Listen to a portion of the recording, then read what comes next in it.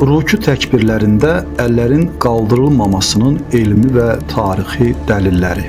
Namazda rukuya gedərkən və rukudan qalxarkən əllərin qaldırılması məsələsi İslam hüququnda əsrlərdir müzakirə edilən köklü mövzulardan biridir. İlk baxışda sadə bir detal kimi görünsə də, bu ixtilafın təməlində hədislərin şərh edilməsi, səhabə tətbiqlərinin analizi və məzhəblərin fərqli yanaşma tərzləri dayanır. Bu fikir ayrılığına haqq-batil mübarizəsi kimi deyil, sünnənin müxtəlifliyi və İslam elminin zənginliyi kimi baxmaq lazımdır. Alimlərin bu mövzudakı fərqli yanaşmaları Peyğəmbərimiz sallallahu aleyhi və səlləmin fərqli zamanlarda etdiyi tətbiqləri qorumaq və ən doğru nəticəyə varmaq üçün göstərdikləri dərin elmi fəaliyyətin bir nəticəsidir. Namazda rukuya gedərkən və rukudan qalxarkən əllərin qaldırılmaması məsələsinin söykəndiyi əsas dəlillər aşağıdakılardır. Abdullah İbni Məsudun radiyallahu anh hədisi. Abdullah İbni Məsud namaz qılarkən yalnız ilk təkbirdə əllərini qaldırmışdır.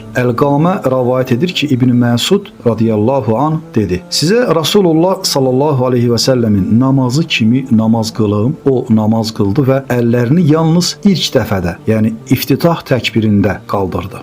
Bəra bin Azibin radiyallahu anh rəvayəti. Bu rəvayətdə Peyğəmbərimiz sallallahu aleyhi və səlləmin namaza başlayarkən əllərini qaldırdığı, lakin daha sonra bunu təkrar etmədiyi bildirilir. Bəra bin Azibdən radiyallahu anh rəvayət olunur ki, Allah Rasulü sallallahu aleyhi və səlləm sadəcə namaza başlayanda əllərini qulaqlarına yaxın qaldırar, sonra bunu təkrar etməzdi. Həzrəti Əlinin radiyallahu anh tətbiqi. Asim bin Kuleyb atasından rəvayət edir ki, Həzrəti Əli namazın ilk təkbirində əllərini qaldırar, sonra bir daha bunu təkrarlamazdı. Bu yalnız küfəlilərin görüşüdür deyənlərə cavab. Rukuya gedərkən və rukudan qalxarkən əllərin qaldırılmaması görüşü yalnız küfəlilərin görüşüdür iddiası həm elmi, həm də məntiqi baxımından doğru deyildir. Gəlin faktlarla bu məsələyə birlikdə baxaq. Düzdür, Maliki məzhəbində həm əllərin qaldırılması, həm də qaldırılmaması haqqında müxtəlif rəvayətlər var. Lakin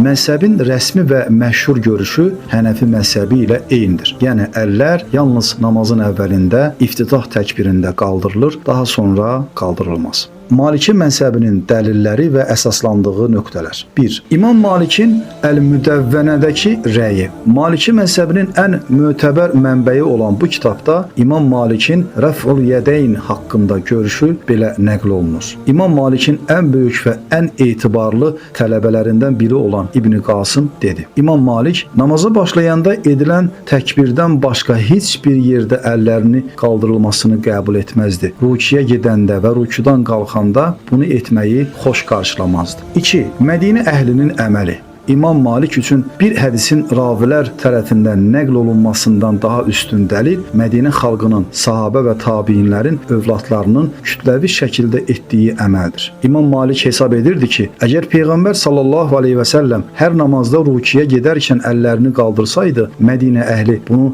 kütləvi şəkildə davam etdirərdi. Lakin Mədinədə fəqihlərin bir çoxunun bunu etmədiyini gördükdə, o, Rəf'ul Yədeyn, əllərin qaldırılması ilə əlaqədar hədislərinin nəsx olunduğuna, yəni hökmünün ortadan qaldırıldığına dair hökm etmişdir. 3. İbn Ömər radiyallahu anh rəvayətinin şərhi. Baxmayaraq ki, İmam Malik özünün Əl-Muvatta əsərində İbn Ömərin Rəf'ul Yədeyn, əllərin qaldırılmasına dair hədisi rəvayət edib, amma sonradan o bu tətbiqi tərk etmişdir. Maliki alimləri bildirirlər ki, İmam Malik bu hədisi rəvayət etsə də, onunla əməl etməməsi o deməkdir ki, onun yanında bu hədisdən daha güclü bir dəlil, Mədinə əhlinin əməli və ya başqa bir nəsx edici dəlil mövcuddur. 4. Namazda vəqar, ağırlıq və sükunət. Malikilər də Hənəfilər kimi namazda artıq hərəkətlərdən çəkinməyin daha əfdal olduğunu müdafiə edirlər. Onlara görə rukuya gedərkən əlləri qaldırmamaq namazın daxili huzuruna və sükunətinə daha uyğundur. Bu mövzuda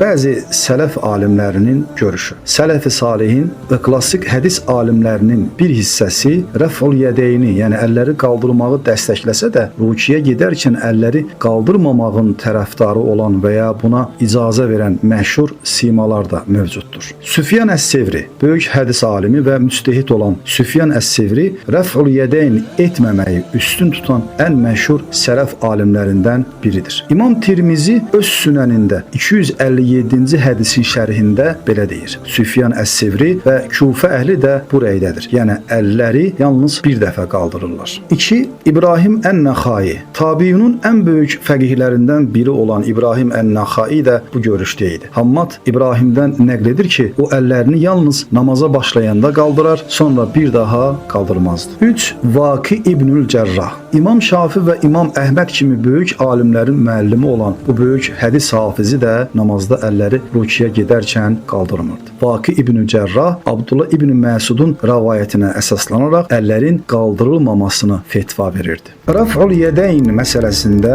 elmi dialoq. İmam Əbu Hənifə və İmam Əvzai arasında tarixi müzakirə. İmam Əbu Hənifə və İmam Əvzai Məkkədə Hənnatin buğdaçılar bazarında görüşdülər. Əvzai Əbu Hənifədən soruşdu: "Sizə nə olub ki, namazda rukiyə gedərkən və rukudan qalxarkən əllərinizi qaldırmırsınız?" Əbu Hənifə cavab verdi: "Çünki bu əməlin Rasulullah sallallahu aleyhi və səlləmin davamlı etdiyinə dair heç bir rəvayət səhih deyildir." Əvzai dedi: "Necə səhih deyil? Zühri Səlimdən, o da atası İbn Ömərdən mənə rəvayət etdi ki, Rasulullah sallallahu aleyhi və səlləm namaza başlayanda, rukiyə gedəndə və rukudan qalxanda əllərini qaldırardı." Əbu Hənifə qarşılıq verdi: "Bizə də Həmmad İbrahimdən, o Əlqama və Əsvəddən, onlar da Abdullah İbn Məsuddan rəvayət etdilər ki, Rasulullah sallallahu aleyhi və səlləm əllərini yalnız namaza başlayanda qaldırar, sonra bir daha bunu təkrar etməzdi." Əvzai təəccüblə dedi: "Mən sənə Zuhri Səlim İbn Ömər zəncirini deyirəm, sən isə mənə Hammad İbrahimdən rəvayət etdi deyirsən. Yəni mənim ravilərim daha məşhurdur." Əbu Hənifə buyurdu: "Hammad Zuhridən daha fəqihdir, dini daha dərindən anlayır. İbrahim də Səlimdən daha fəqihdir. Əlqamə isə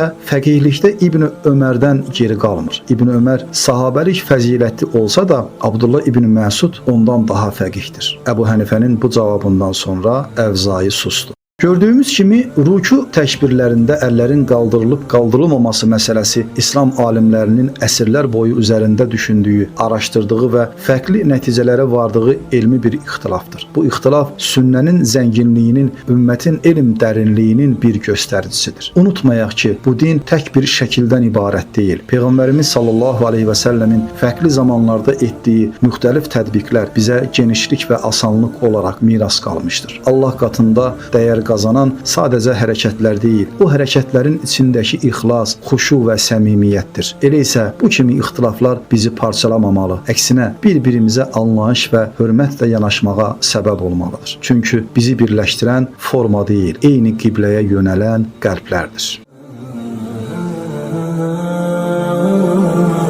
Oh